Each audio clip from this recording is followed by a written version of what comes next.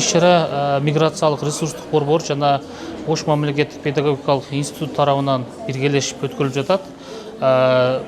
Бүгүнкү иш-чара ушул 18 декабрь эл аралык мигранттардын күнүнө арналып жасалып атат. Иш-чаранын негизги максаты бул ушул университеттин студенттерине, окуучуларына ушул икемдик көндүмдөр же болбосо социалдык көндүмдөр жөнүндө маалымат берүү.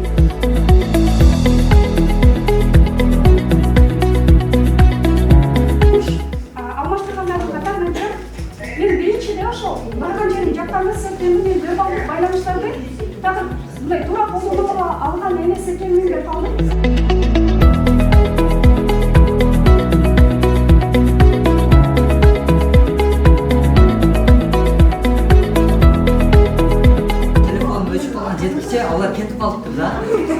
Кетип бара жаман кызыксыз болду да ошол жерчи жөлө барылганын ошентип бирок бул сезимдерди сөз менен айтып жеткире албасам дагы мындай мага өтө сонун өзгөчө күн болду да ошол күнчү.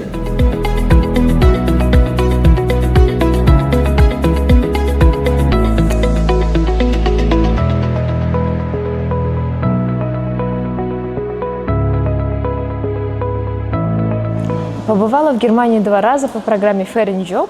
Скажу то, что мне понравилось, собираюсь тоже в 3-й раз туда отправляться.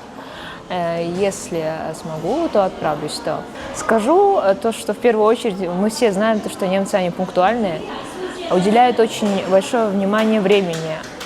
А что именно могу сказать об их отношении к людям, то их эмоциональность, в отличие от нас, они часто улыбаются, а мы всегда вот такие хмурые ходим. Да? В первую очередь, когда мы отправляемся за границу, конечно, надо знать язык.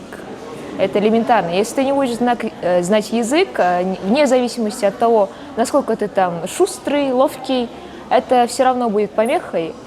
И надо как-то коммуницировать с людьми. Поэтому в первую очередь надо в приоритете ставить знание языка, а после другие качества. Что можно сказать о трудностях? Бывают моменты, когда студенты, направляясь в миграцию, попадают в такие ситуации, то, что там компания может их отправить в фальшивое место, где вообще нету никакого работодателя. А может, когда студент окажется за границей, их просто бросить.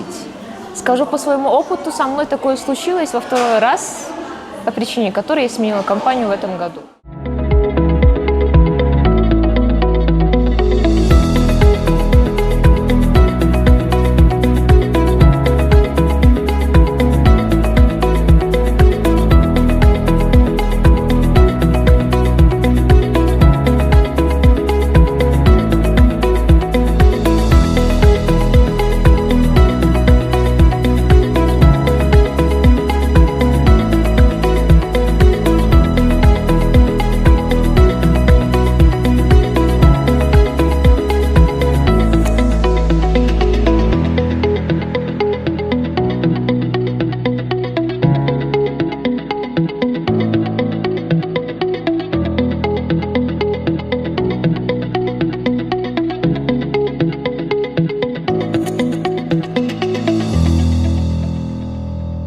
Бул лидерлик сапаттар, командада иштөө, чечендик өнөр.